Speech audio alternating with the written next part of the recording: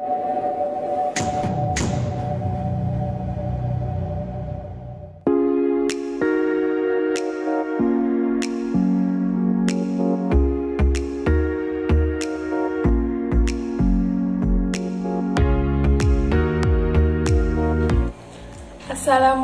warahmatullahi wabarakatuh. Halo teman-teman, perkenalkan nama saya Prisna Dwi Arti dari jurusan Ekonomi Syariah. Di sini saya akan menjelaskan laporan praktik pengalaman lapangan tentang strategi membangkitkan dan mengembangkan usaha mikro di era new normal guna meningkatkan pendapatan. Studi kasus di Home Industri Pembuatan Tahu Bapak Budiono, Desa Bungur, Kecamatan Karangrejo, Kabupaten Tulungagung. Jangan lupa untuk like, komen, dan subscribe. Untuk komennya, PPLVB IAIN Tulungagung terbaik. Semoga segera menjadi win.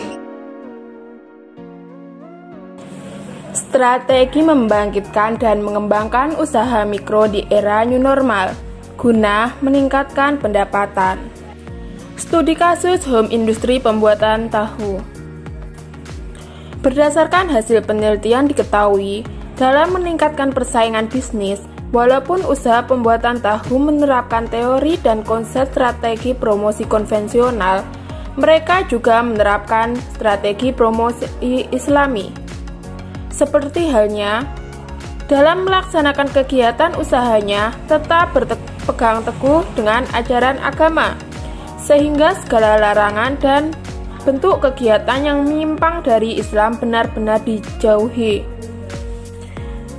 Seiring perkembangan teknologi dan semakin bebasnya dunia perdagangan di era globalisasi, perusahaan harus selalu siap bersaing dengan perusahaan lain. Perkembangan teknologi mengakibatkan dunia menjadi seolah tanpa batas. Perubahan lingkungan bisnis yang semakin tidak menentu dan situasi bisnis yang semakin kompetitif menimbulkan persaingan yang semakin tajam. Semakin banyaknya perusahaan milik pemerintah maupun swasta yang didirikan, baik berskala besar, perusahaan menengah, maupun perusahaan berskala kecil. Perusahaan yang didirikan merupakan faktor pemicu tingkat persaingan yang semakin tajam di lingkungan dunia usaha. Keadaan seperti itu secara langsung maupun tidak langsung akan mempengaruhi kelangsungan hidup usaha yang dirintis oleh pelaku. Usaha memasarkan suatu produk yang dihasilkan terkadang mengalami kesulitan di bidang penyaluran produk kepada konsumen. Hal tersebut memaksa perusahaan lebih proaktif dalam mengantisipasi situasi. Teknologi di bidang informasi memegang peranan penting dalam memajukan kehidupan. Melalui teknologi informasi, perusahaan dapat memperoleh keunggulan strategi dalam persaingan antar pelaku bisnis. Dalam memenangkan persaingan tersebut, perusahaan menggunakan berbagai cara, di antaranya meningkatkan kepuasan pelanggan melalui rasa produk, ketetapan waktu dan tempat pengiriman, serta kondisi barang. Tujuan praktik pengalaman lapangan di Home Industri Pembuatan Tahu untuk mengetahui upaya strategi dari lembaga untuk membangkitkan usaha dalam bisnis kedepannya di era new normal pasca terjadinya COVID-19 yang sebelumnya karena dampak wabah tersebut pendapatan yang diterima mengalami penurunan secara signifikan. Praktik pengalaman lapangan jurusan Ekonomi Syariah Fakultas Ekonomi dan Bisnis Islam IAIN Tulungagung gelombang 3 dilaksanakan pada hari Senin 5 Oktober sampai 5 November 2020. Kegiatan PPL ini berlangsung setiap hari dan karena adanya kebijakan baru untuk meminimalisir dampak COVID-19, PPL cukup dilakukan di rumah masing-masing dengan menggunakan metode observasi dan wawancara. Lokasi praktik pengalaman lapangan berada di Home Industri Pembuatan Tahu, berada di Dusun Grogol, Desa Bungur, Kecamatan Karangrejo, Kabupaten Tulungagung. Profil desa. Desa Bungur merupakan desa yang terletak di paling selatan di Kecamatan Karangrejo dengan luas wilayah 754,6 hektar. Sejarah Desa Bungur merupakan salah satu desa yang terletak di Kecamatan Karangrejo. Pemberian nama Desa Bungur didasari pada era pemerintahan Ratu Wilhelmina dari Belanda, di mana pada saat itu terdapat sebuah tempat yang dipenuhi bunga-bunga indah yang bermekaran. Bunga tersebut dinamakan bunga bungur, sehingga wilayah daerah tersebut dinamakan Bungur, yang artinya tempat di mana bunga-bunga bungur bermekaran. Hasil pertanian Desa Bungur dikatakan sangat subur, seperti padi seluas 106 hektar, tebu seluas 53 hektar dengan jumlah 159 hektar pertanian. Profil lembaga. Pada tahun 2007, usaha home industri pembuatan tahu mulai berdiri. Didirikan oleh Bapak Budiono dan istrinya Ibu Winarse dengan modal sebanyak 15 juta. Usaha yang didirikan di bidang home industry dulunya memproduksi tahu tempe, tahu goreng, mendoan, tahu crispy, dan kerupuk tahu. Namun, dikarenakan keterbatasan waktu dan tenaga kerja, maka beliau memutuskan hanya melanjutkan pembuatan tahu mentah dan tahu goreng apabila mendapat pesanan ketika ada hajatan. Pada awal berdirinya perusahaan itu dikerjakan oleh keluarga dan sepasang suami istri. Mereka bekerja tanpa mengenal lelah. Visi perusahaan menjadikan usaha home industri tahu menjadi usaha yang semakin berkembang dalam kegiatan usahanya. Diharapkan dapat meningkatkan lapangan pekerjaan bagi masyarakat di sekitar, sehingga dapat meningkatkan taraf hidup masyarakat sekitarnya. Misi perusahaan mengoptimalkan laba perusahaan. Pengoptimalan laba perusahaan diharapkan dapat dicapai dengan semakin meningkatnya omset penjualan serta efisiensi usaha. Kemudian, menjaga kelangsungan hidup pengusaha. Pengusaha berusaha terus untuk menjaga kualitas kerja sehingga konsumen menjadi puas. Dengan semakin puasnya konsumen, diharapkan dapat meningkatkan pesanan produk dan menjaga kelangsungan hidup perusahaan. Banyak pengalaman dan ilmu yang saya dapatkan dari dunia kerja, khususnya di home industri pembuatan tahu, lebih khususnya di bidang manajemen resiko dan manajemen pemasaran dalam suatu bisnis industri rumah tangga. Dari hasil observasi selama dilakukan praktik pengalaman lapangan, penulis menemukan fakta bahwa dengan berdirinya home industri perusahaan tahu telah meningkatkan pendapatan masyarakat yang berada di sekitar usaha rumah ini. Yang dilakukan home industri tahu dengan menjual ampas tahu bekas gilingan kepada tetangga yang memiliki ternak, sehingga digunakan untuk pakan ternak yang kemudian ternak bisa dijual dengan cepat. Kemudian dari air cuka limbah tahu bisa digunakan untuk minum ternak dan bisa digunakan untuk pupuk menyirami tanaman sehingga tanaman tetap subur. Permasalahan yang ada di home industri pembuatan tahu adalah menurunnya tingkat pendapatan yang kian menurun. Karena Indonesia saat ini mengalami wabah COVID-19, sejak pemerintah mengumumkan pasien yang terjangkit COVID, dari sini pemerintah memberikan antisipasi untuk pencegahan penularan COVID-19 dengan melakukan PSBB.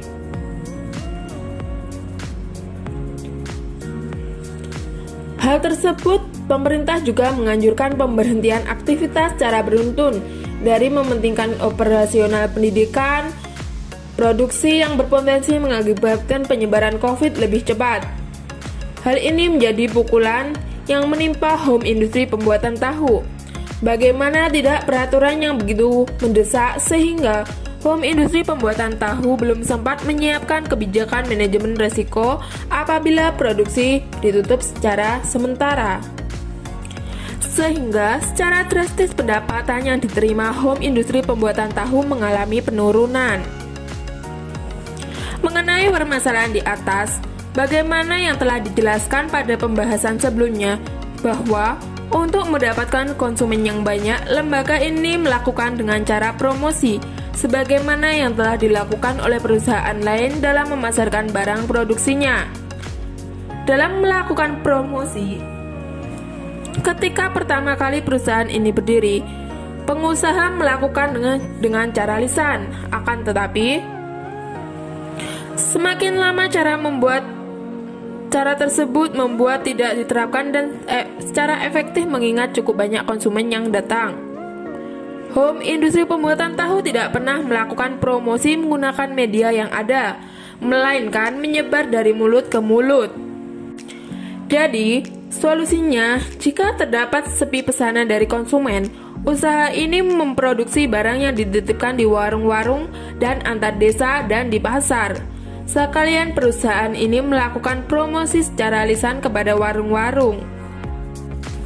Strategi yaitu kesatuan keputusan yang dirumuskan berdasarkan tujuan terhadap faktor internal maupun eksternal untuk mencapai tujuan. Strategi generik yang akan dijabarkan menjadi strategi utama, selanjutnya dijabarkan menjadi strategi di tingkat fungsional.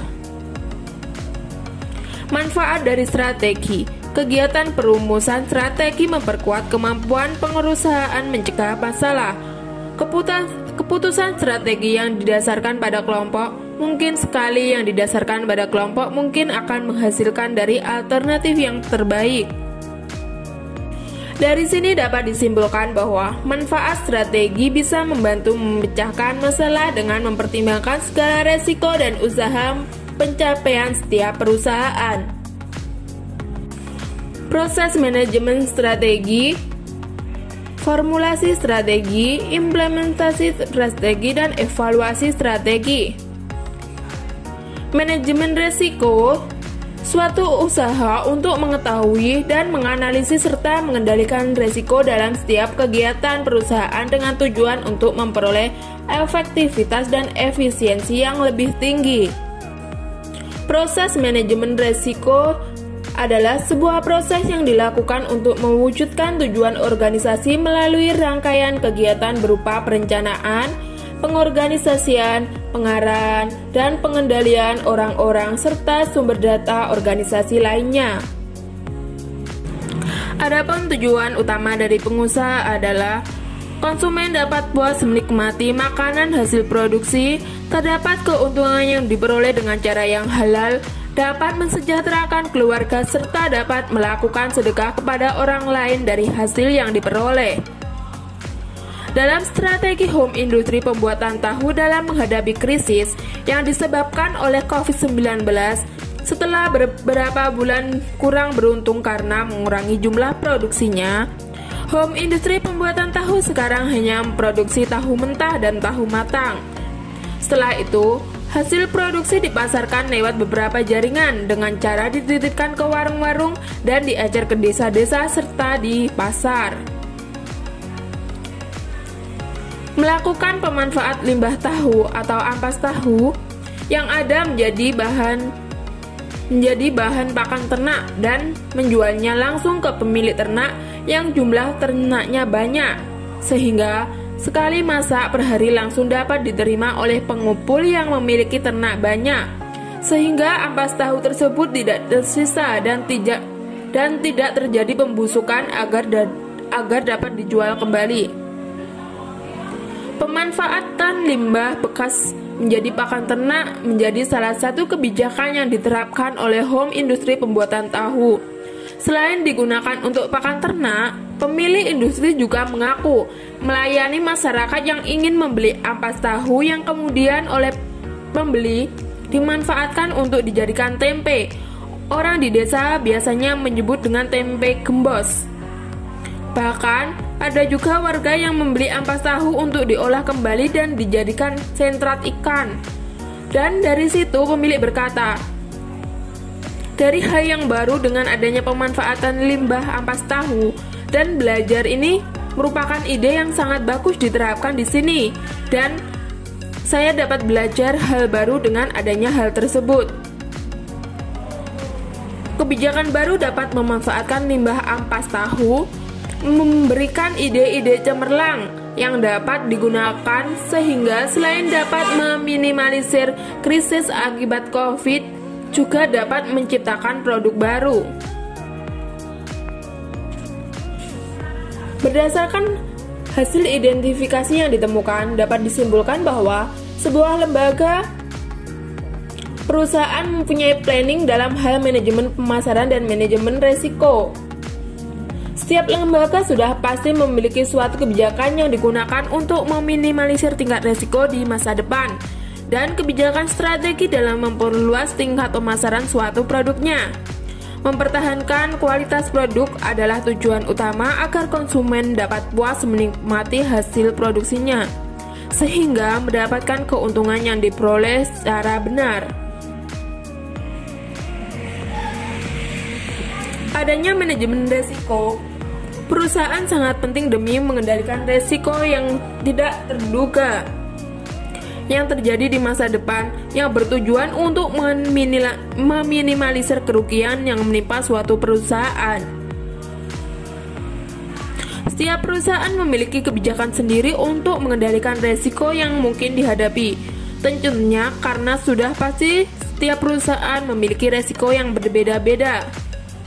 Seperti halnya yang dilakukan oleh home industry, rumah tangga pembuatan tahu. Mereka berpikir secara kritis bagaimana cara mengatasi hal tersebut sehingga dapat menstabilkan pendapatan.